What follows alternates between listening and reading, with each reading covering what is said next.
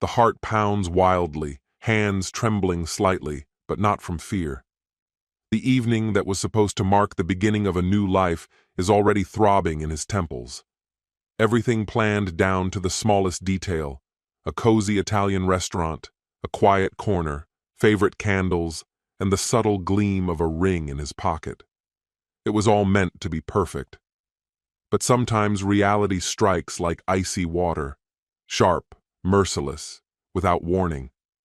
He saw her gaze flicker to her phone more often than it should have, caught a name that had no place in his world.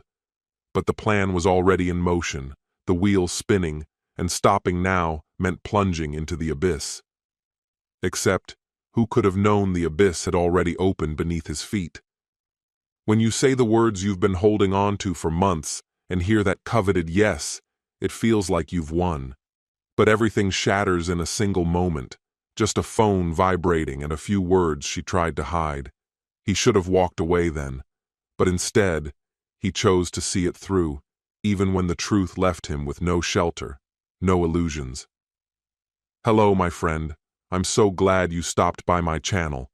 If it's your first time here, don't forget to subscribe and like this video, as every like truly inspires me. Please tell me which city and country you watched this video from. Now, let's get started. My name's Simon. The night I believed everything in my life was finally falling into place began like any ordinary Friday. I'd spent months poring over spreadsheets, agonizing over tiny details, and carrying around quiet pressure to make sure every part of it felt right. Everything had led to tonight. I was going to propose to Jasmine. We'd been together a little over 2 years, and from the start, things between us had just clicked. There was something about her, sharp humor, a steady calm, and a groundedness that made the idea of a future together feel real. I never second-guessed it, not even once. I wanted the proposal to be a reflection of us, simple, sincere, and intimate, without theatrics. I chose Matteo's, a small Italian restaurant tucked away in a quiet part of town, the same place we'd gone on our first real date. It had that soft, secluded ambiance we both loved. I'd asked my best friend, Mitchell, to help lock down the private room.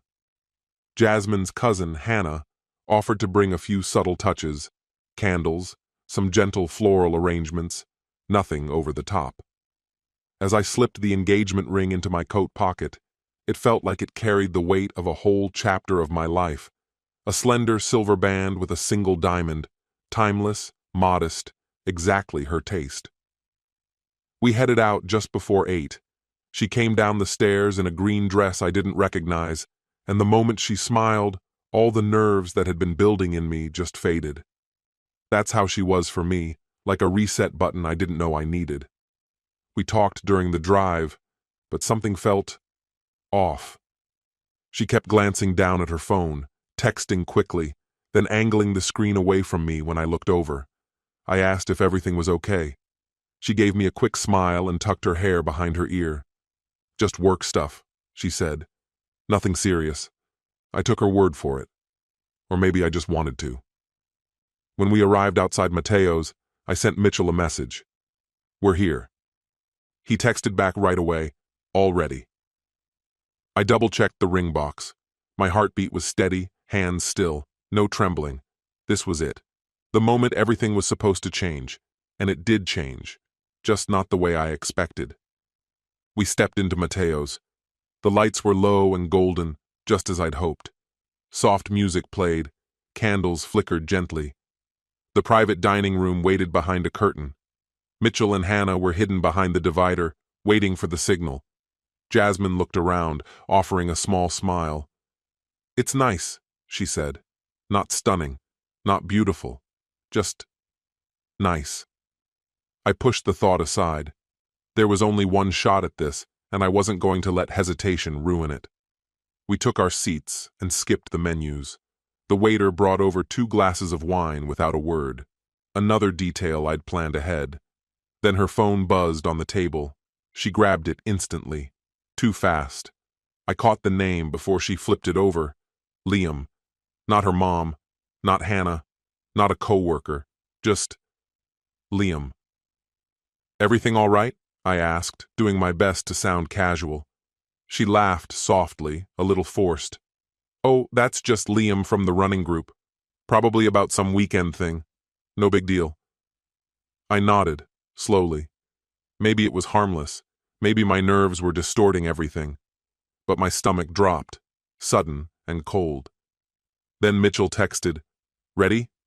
I typed back, "Give me a second." Jasmine was in the middle of telling me about a show she'd started, but her eyes kept drifting toward her phone. Her body was sitting across from me, but her attention wasn't. I could have stopped there. I could have asked what was really going on, but I didn't. Instead, I stood up, reached into my coat, and pulled out the ring box. Her eyes widened. She blinked like she was catching up to the moment. I got down on one knee. "Jasmine Matthews, I love you more than words can say. Will you marry me?" Time seemed to freeze. Even the background music went quiet in my ears. She gasped, hands covering her mouth, tears springing to her eyes. She nodded quickly, almost desperately. "Yes," she whispered. "Yes, Simon." Behind us, Mitchell and Hannah clapped softly. Hannah dabbed at her eyes. Mitchell grinned and gave me a thumbs up. I kissed Jasmine's hand and slipped the ring on. For the first time that evening, I finally felt like I could breathe.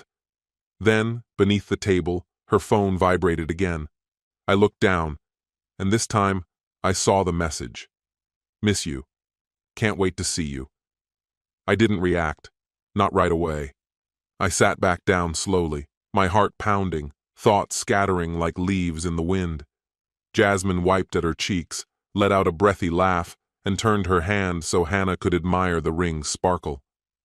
Across the room, Mitchell and Hannah looked overjoyed, like the scene had played out just the way it was supposed to. But I felt distant, like I was watching everything through a pane of glass. She slipped her phone back into her bag and noticed me watching her.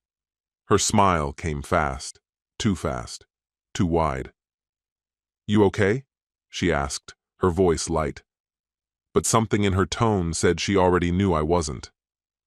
"Yeah," I said, though the sound felt foreign in my ears, like it didn't quite belong to me.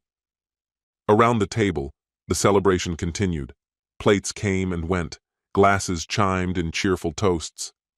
Mitchell made a crack about the bachelor party plans, and Hannah launched into stories about her hunt for the perfect wedding dress.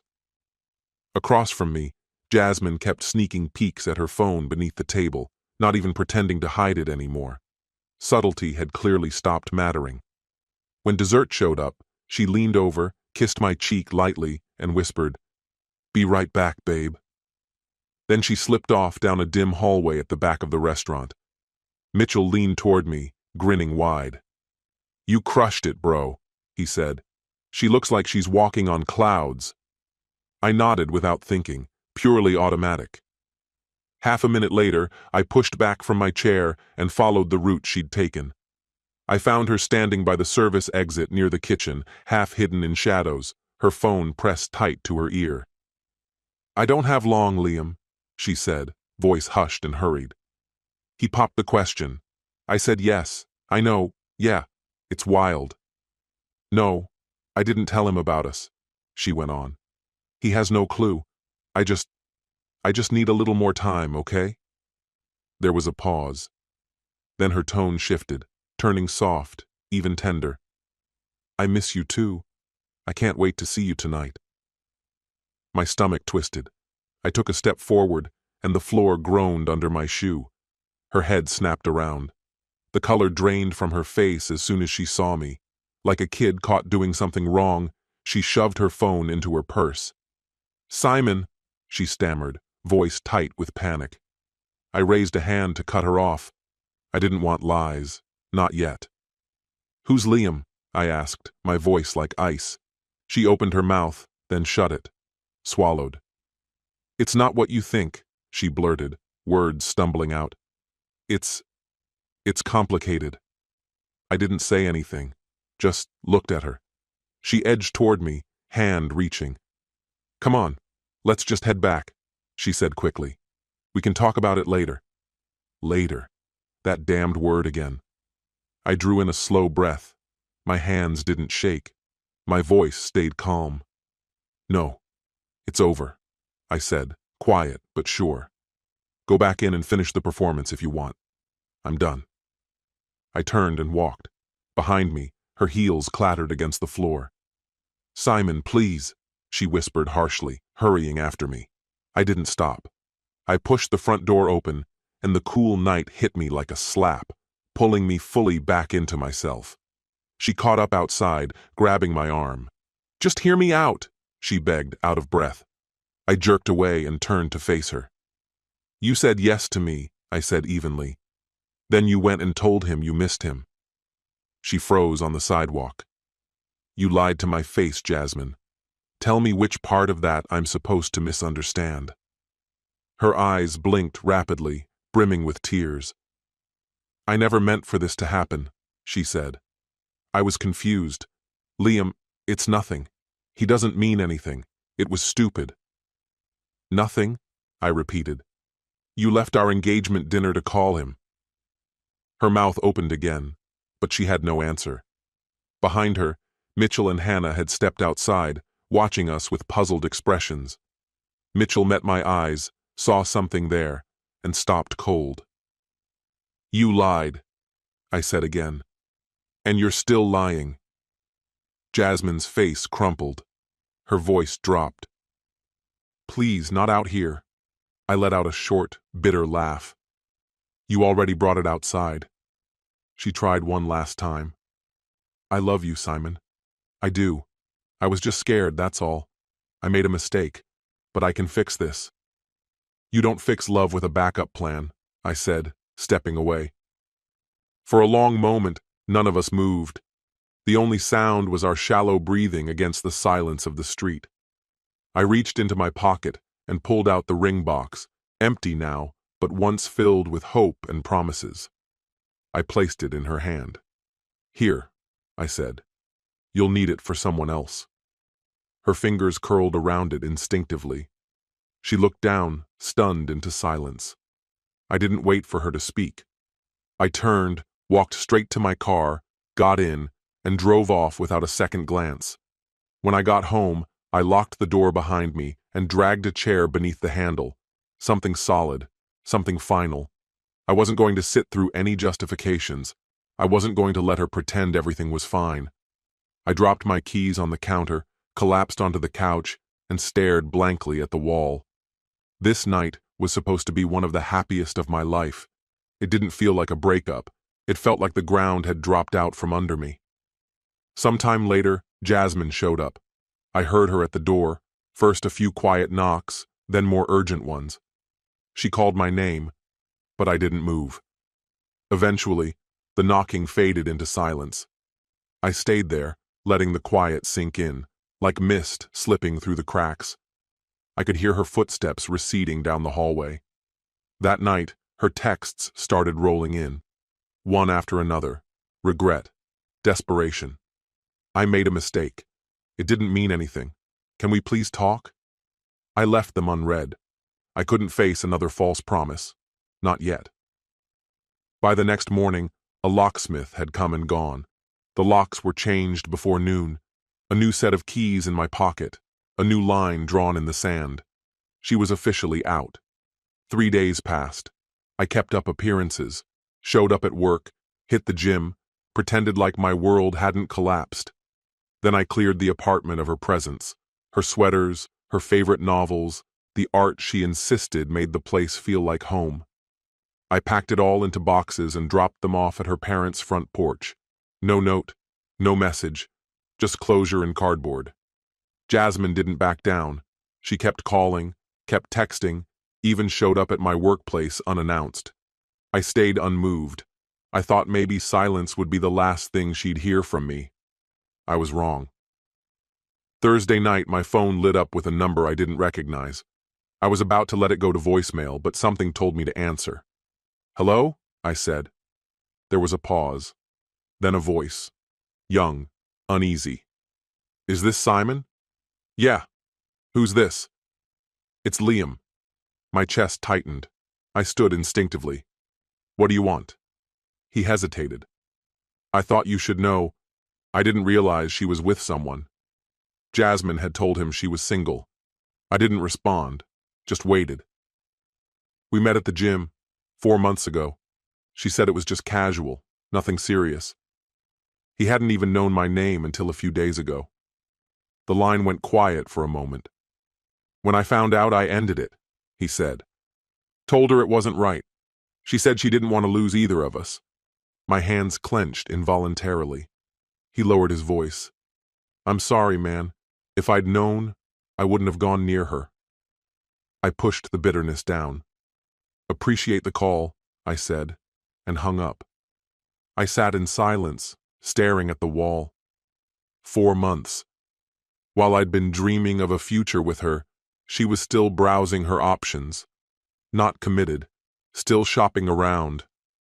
I thought about all the late nights she claimed to be working overtime, the weekends she said she needed to clear her head. The signs had always been there. I just didn't want to see them. Now, I couldn't look away. No more pretending, no more excuses. I finally saw Jasmine clearly, and she wasn't the woman I thought I loved. 2 days after Liam called, there was another knock at my door. I didn't move at first. Part of me wanted to let it go unanswered, but then I thought, no, this needs an ending. I opened the door. Jasmine stood there, no makeup, hair tied back, hoodie and jeans, smaller than I remembered, eyes red and puffy. Simon, she said, voice barely holding together. Can we talk? I leaned against the doorway, arms folded. Talk. She glanced at the floor, then looked up again. I messed up. I know. I didn't want to hurt you. I was scared. I didn't know what I wanted. Liam, he was a distraction. I stayed silent. She started talking faster, like she was trying to outrun her own shame. When you proposed, it terrified me, because I realized how deeply I loved you. I didn't think I deserved it, but I do love you. I looked at her, really looked. 2 weeks ago, I might have believed her. Now, all I saw was someone terrified of losing something she thought would always be there. You don't love me, I said, calm and clear. You loved the freedom to choose. Tears welled in her eyes again. She reached for my hand. I stepped back. I'm not your backup plan, I said. I'm not the one you settle for when plan A falls apart. She shook her head, pleading. You're not. You're who I want. You had months to figure that out, I replied. You didn't. She wiped at her face, grasping for words. I just stood there watching. No anger, no sadness, just the sharp truth, like a blade in sunlight. It's over, I said. Take care. I stepped back inside and shut the door. She didn't knock again. From the window, I watched her walk away. And for the first time, I didn't feel anything. It's strange how quickly someone can disappear from your heart the moment you realize they never really saw you in the first place. Mitchell would still check in from time to time. Hannah had sent one message, a blanket apology for everything that had happened. While I could see the good intentions behind it, forgiveness wasn't what I was looking for. What I needed was space, and that's exactly what I gave myself. Suddenly, work didn't feel like such a burden.